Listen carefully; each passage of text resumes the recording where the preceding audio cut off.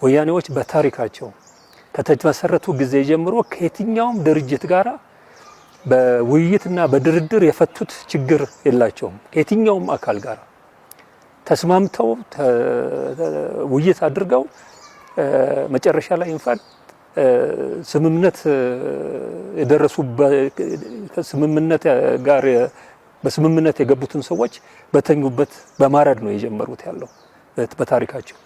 ቲኤልኤፍ የሚባለው የትግራይ ነጻነት ግንባር የሚባለውን ድርጅት በዛ መንገድ ነው ስምምነት ካደረጉ በኋላ ሌሊት በተኙበት ነው ያረዷቸው። ሌሊት በተኛበት የሰሜንን እዝ እንዳረዱ ማለት ነው።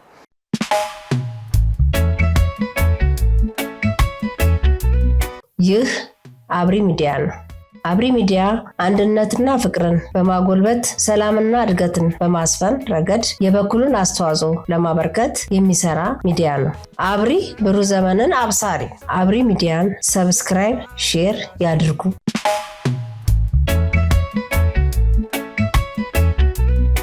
ሰላም ጤና ይስጥልኝ። አብሪ ሚዲያ አድማጭ ተመልካቾቻችን እንደምን አላችሁ? እነሆ ለትንተና የመረጥኩትን ፕሮግራም ይዤላችሁ ቀርብ ያለው ከአብሪ ሚዲያ ስቱዲዮ። አብሪ ሚዲያን ሰብስክራይብ፣ ሼር፣ ላይክ አድርጉ እያልኩ ለትንታኔ ወደ መረጥኩት ርዕሰ ጉዳይ በርዕሱ ጉዳዩ ላይ የምንመለከታቸውን ነጥቦች በመጠቆም እጀምራለሁ። የመጀመሪያው ህወሓት የፕሪቶሪያን ስምምነት የጣሰው ገና በመጀመሪያዎቹ ወቅቶች ተደራዳሪዎቹ ከፕሪቶሪያና ከናይሮቢ እንደተመለሱ ነው መባሉ። ይህንን በማለት ጠንካራ ትችት የሚያቀርቡ ወገኖች ዓለም አቀፉ ማህበረሰብ ቡድኑን በጊዜው እነዚህን የህግ ጥሰቶች ሲፈጽም ሀይ ማለት ይገባቸው እንደነበረና ከዛ በኋላ ይሄ ቡድን ደረጃ በደረጃ የፕሪቶሪያውን ስምምነት ሙሉ በሙሉ እስኪጥስ መጠበቁ አደጋውን ከፍ እንዳደረገውና እንዳሰፋው ይተቻሉ። እንመለከታቸዋለን። እንዴት ነበር የጣሰው፣ በምን ምክንያት የሚለውን ማለት ነው። ሌላው በአሜሪካ መንግስት የተወሰደው የቪዛ እገዳ በህወሓት ላይ ማለት ነው የዘገየ ከመሆኑም በላይ በቂ ያልሆነና ቡድኑን ወደ ሰላም ለማምጣት የማይችል በመሆኑ ጠንከር ሊደረግ እንደሚገባ የተጋሩ ማህበራት መጠየቃቸው እንመለከታለን። የተለያዩ የተጋሩ ማህበራት በውጭና በሀገር ውስጥ የሚገኙ ይሄ እርምጃ በቂ አይደለም፣ ከዚህ በላይ ተጠናክሮ ሊቀጥልና ሌሎች ተጨማሪ እርምጃዎች በቡድኑ ላይ ሊወሰዱ ይገባል እያሉ ነው ድምጻቸውን በማሰማት ላይ የሚገኙት። ከዚሁ ጋር ተያይዞ በውጭ ባሉ የህወሓት ፕሮፓጋንዳ የሚያሰራጩ ሚዲያዎች ላይ እርምጃ እንዲወሰድና እንዲዘጉ እንዲደረግ የትግራይ ወጣቶች ማህበር ለአሜሪካ መንግስት ደብዳቤ በመጻፍ ጠይቋል። ይህንንም እንመለከተዋለን። ይህ በእንዲህ እንዳለ በትናንትናው ፕሮግራማችን እንደገለጽ ነውና የተለያዩ የትግራይ አክቲቪስቶች እንዳመለከቱት የህወሓት ልጆች በውጭ ሀገር በቅንጦት ይኖራሉ፣ የባለስልጣኖቻቸው የጦር መሪዎቹ ልጆች እና ይሄ የቪዛ እገዳ እነሱም ላይ እንደሚያነጣጥርና ይህንን በመጠቆምም አስተዋጽኦ እንደሚያደርጉ እነዚህ በውጭ የሚገኙ የህወሓት ተቃዋሚ የሆኑ ተጋሮች ትናንት እንደገለጹ ይታወሳል። ለዚህ ማሳያ የሚሆን በዛሬው ዕለት የወጣ አንድ መረጃ የጀነራል ምግበ ኃይሌ ልጆች ለአጭር ጊዜ ረፍትና ለመዝናናት ከአሜሪካ ወደ ዱባይ ማቅናታቸው ተገልጿል። ይሄ መረጃ የነዚህ ባለስልጣናትና የጦር አዛዥ ልጆች በውጭ በተንደላቀቀ ኑሮ እየተዝናኑ ሲንቀሳቀሱ የትግራይን ወጣት ግን በግድ በጦርነት ላይ መሳተፍ አለብህ እያሉ እንደሚያስገድዱት እና ከወላጆች ስር ልጆቻቸውን እየነጠቁ ወደ ሞት እንደሚልኩ ማሳያ ስለሆነ እንመለከተዋለን። እንግዲህ ወደ ዝርዝሩ ስንገባ ያው በመግቢያ ላይ አንድ ሰው እንዳቀረበው ህወሓት የፕሪቶሪያን ስምምነት የጣሰው ገና በመጀመሪያዎቹ ወቅቶች ተደራዳሪዎቹ ከፕሪቶሪያና ከናይሮቢ እንደተመለሱ ነው ብሎ ነው የገለጸው እና በዚህ ጊዜ ህወሓት ገና ከጅምሩ ምንድነው ያለው? በትግራይ የሚዘረጋው የፖለቲካ ስርዓት ሁሉንም አሳታፊ እንዲሆን ነበረ በፕሪቶሪያ ስምምነት ላይ የተወሰነው። ነገር ግን ህወሓት 51 ለ49 ወይም በቃ 51 ድምፅ መያዝ አለብኝ የሚል አቋም አራመደ። በዚህ ምክንያት ሌሎቹ ኖ ሲሉ በትግራይ የሚንቀሳቀሱ የፖለቲካ ኃይሎች ህወሓት እየቆየ ያው 100% እሱ ወደሚቆጣጠርበት አመጣው ማለት ነው። ያን ጊዜ ከጅምሩ ይሄን ነገር ሲቃወምና ለዚህ ነገር ለዚህ ህግ አልገዛም ሲል እርምጃ ሊወሰድበት ይገባ ነበረ። አደራዳሪዎቹ ይሄንን ጠንከር አድርገው ሊይዙ ይገባ ነበረ ነው በሚል የተነሳው እና እንግዲህ ከዚህ በኋላ ህወሓት በተከታታይ የህግ ጥሰቶችን ሲፈጽም ቆይቷል እና መጀመሪያ ላይ እንዴት አድርጎ ይሄ 51 ወንበር መያዝ አለብኝ ነው ወይም ቦታ መያዝ አለብኝ ብሎ ተቃውሞ አቅርቦ በሌሎቹ ላይ ጫና እንደፈጠረና ሀ ብሎ የፕሪቶሪያን ስምምነት እንዴት መጣስ እንደጀመረ የሚገልጹልንን የኚህን ሰው ማስረጃ የድምፅ ማስረጃ እስቲ እናዳምጥ። ፕሪቶሪያ ከመጣ በኋላ ወዴት ነው የሄደው ህወሓት? 51% ለኔ ስልጣን ይሰጠኝ የሚል ከፕሪቶሪያ ስምምነቱ ውጭ ማለት ነው ሐሳብ ያቀረበ 51% በጊዜያዊ አስተዳደር የሚቋቋሙ የጊዜያዊ አስተዳደር 51% ድርሻ ለኔ ይሰጠኝ የሚል አቀረበ ማለት ነው። እዚህ ጋር ነው አሁን የመጀመሪያ ህወሓት ያፈረሰው እዚህ ጋር ነው ባይዘው ማውራት ካለብን ማለት ነው። ምክንያቱም ፕሪቶሪያ አካታች የሆነ ጊዜያዊ አስተዳደር እንዲመሰረት ነው የሚደነግገው። እሱ ግን ምን ብሎ መጣ? 51% ለኔ ስልጣን እንዲሰጠኝ የሚል እንደገና እንዲሰበሰቡ አደረገ ማለት ነው። ትግራይ ላይ ማለት ነው። ጊዜያዊ አስተዳደር ሲቋቋም ደግሞ እንደምትመለከተው እንኳን እንደ 51% 100% ነው ለኔ መሰጠት አለብኝ ብሎ እንደፈለገ ያደረገ ነበር ማለት ነው።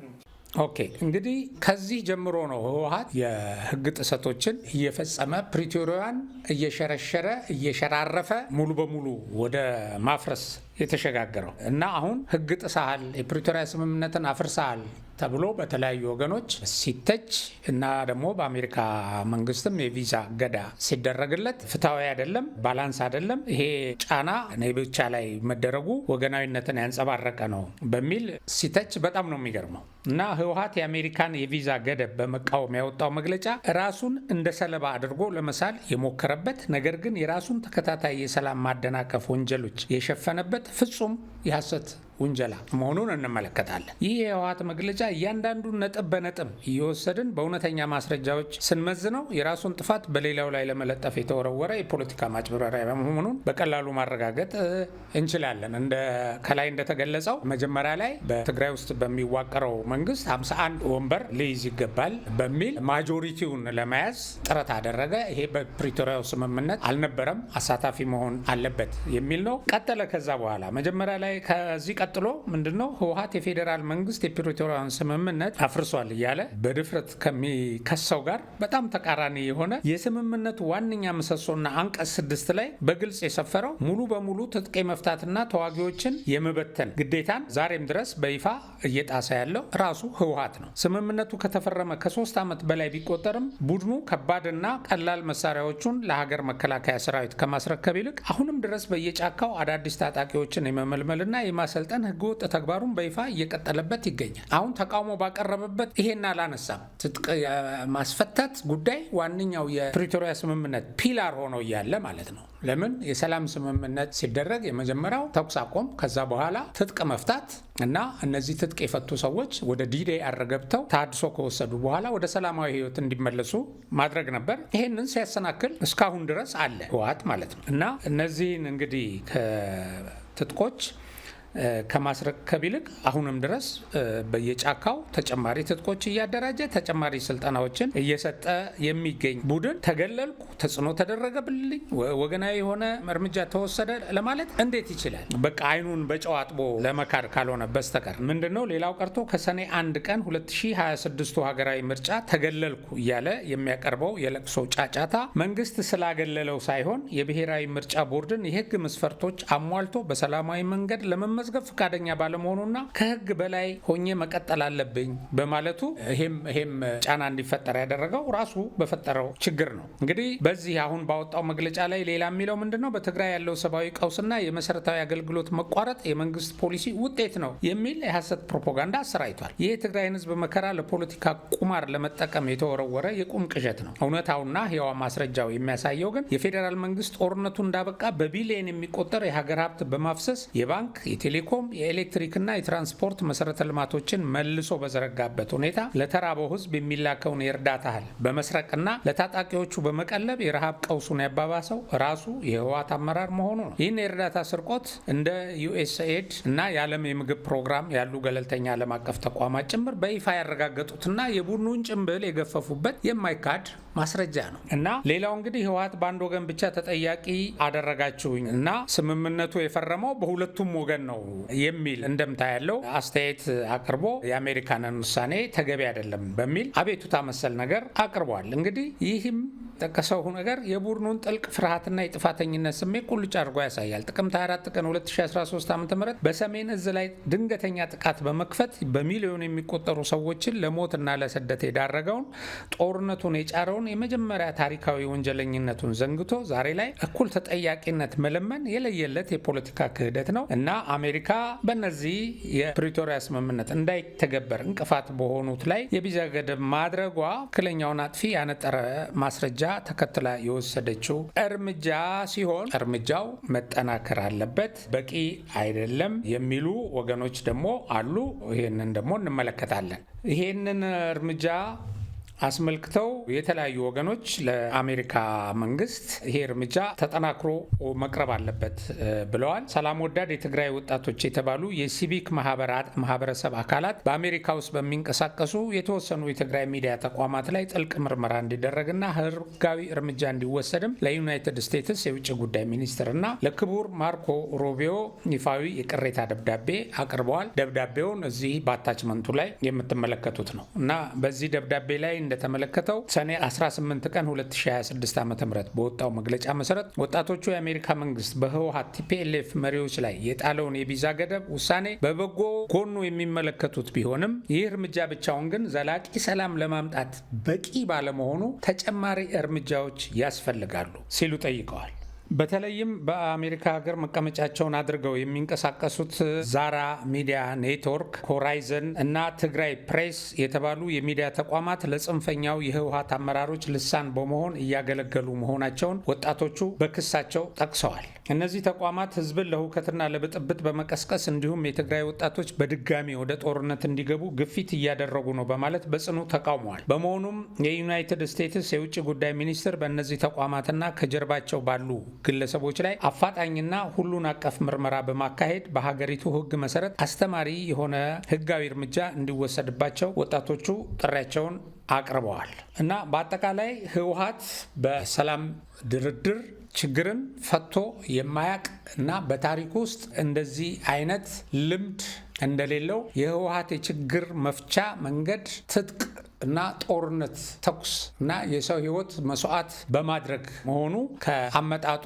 ከታሪኩ የሚገለጽ እና ታሪኩ የሚያስረዳን ስለሆነ ይሄ ቡድን ወደ ድርድር መጥቶ አሁንም ሰላምን ያመጣል ተብሎ አይጠበቅም። ስለዚህ የሚወሰደው እርምጃ ጠንከር ማለት አለበት። ከዚህም ውጪ ይሄ ቡድን ትግራይን ህዝብ ወደ ከፋ ስቃይና ችግር ከመክተቱ በፊት አሁን ካለው የከፋ ነገር ከመከሰቱ በፊት ራሱ በሚገባው ቋንቋ ማስተናገድ እንደሚያስፈልግ የሚጠቁሙ ወገኖችም አሉ። ይሄንን በተመለከተ በአሁኑ ሰዓት የዚህ ቡድን አሽከር ሆኖ በተለይ ጽምዶ በሚባለው ህወሓትን ጨምሮ በሻዕቢያ በፋኖ እና በነሸኔ ኢትዮጵያ ውስጥ ባሉ ጸረ ሰላም ኃይሎች ጥምረት በሚንቀሳቀሰው ቡድን ውስጥ እንደ መሪ ሆነው የሚገኙት አንዳርጋቸው ጽጌ በአንድ ወቅት ህወሓት የሚባል ድርጅት በምንም አይነት በሰላማዊ ድርድር ችግሩን የማይፈታ መሆኑን ነግረውናል። ዛሬ ላይ ይሄ እሳቸው ያሉት ሁኔታ ህወሓት እያደረገ ካለው የሄደበት ካለው መንገድና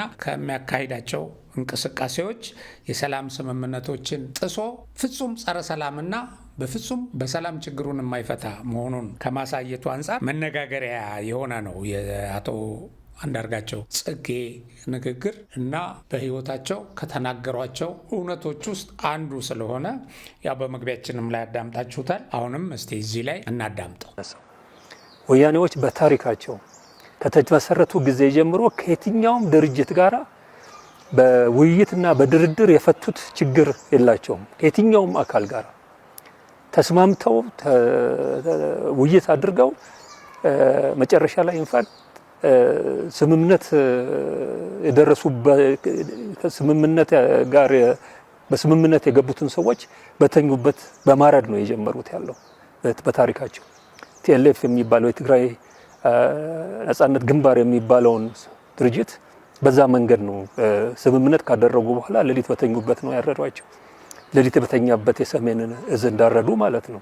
እሺ፣ በመግቢያ ላይ እንደገለጽኩት እንግዲህ መጨረሻ ላይ የማቀርብላችሁ ዜና የጀነራል ምግበን ልጆች የተመለከተው ነው። ለረጅም ዓመታት ነዋሪነታቸውን በአሜሪካ ያደረጉት የህወሓቱ ከፍተኛ የጦር አዛዥ ጀነራል ምግበ ኃይሌ ልጆች የትምህርት ቤት እረፍታቸውን ምክንያት በማድረግ ከአሜሪካ ወደ ዱባይ ለመዝናናትና እረፍት ለማድረግ መጓዛቸው ታውቋል። ለእነዚህ ቤተሰቦች ቅርብ የሆኑ ምንጮች እንዳረጋገጡት ህጻናቱ በአሁኑ ወቅት በዱባይ ከተማ ለጥቂት ቀናት የሚቆይ የቤተሰብ እረፍትና መዝናናት እያደረጉ ነው። ጀነራል ምግቤ በቅርቡ በሰጡት ቃለ ምልልስ በዱባይ ከተማ የመኖሪያ ህይወት እንዳላቸው በይፋ ማረጋገጣቸው የሚታወስ ሆኖ ህጻናቱና እናታቸው ከመጀመሪያውም ጀምሮ ነዋሪነታቸውንና ትምህርታቸውን በውጭ ሀገር አድርገው የቆዩ ናቸው። እናም ይህንን ዕድል ተጠቅመው አሁን ወደ ዱባይ ለመዝናናት ሄደዋል። ይሄ ልጆቹን መብት የሚነካ ወይም ልጆቹ ለምን ተዝናኑ የሚል ጥያቄ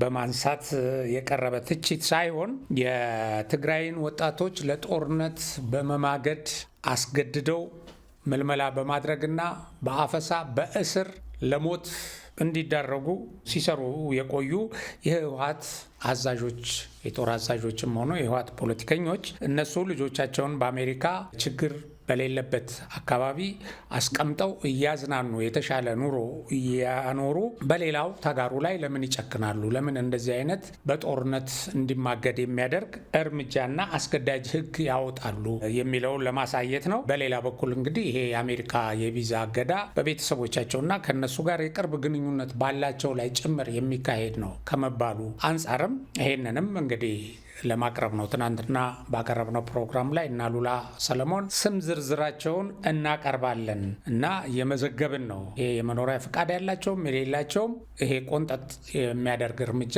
ሊወሰድባቸው ይገባል እና እነሱ በሰላም ለመኖር ከፈለጉ ወይም ከሚወሰደው እርምጃ ለመዳን ከፈለጉ ቤተሰቦቻቸው ጋር እየደወሉ ጦርነትን አቁሙ፣ አለበለዚያ የዚህ የቪዛ እገዳ ሰለባ ልንሆንና የእኛን ኑሮ ሊያቃውስብን ስለሚችል ይህንን እርምጃ ውሰዱ ማለት አለባቸው ሲል አቅርቧል እና በዚሁ መሰረት ከዚህ ጋር እንድናየው ነው ለዛሬ ያው ህወሓትን በማስመልከት ያቀረብኩትን ትንታኔ በዚሁ አበቃለሁ። በሌላ ፕሮግራም እስከምንገናኝ ሰላም።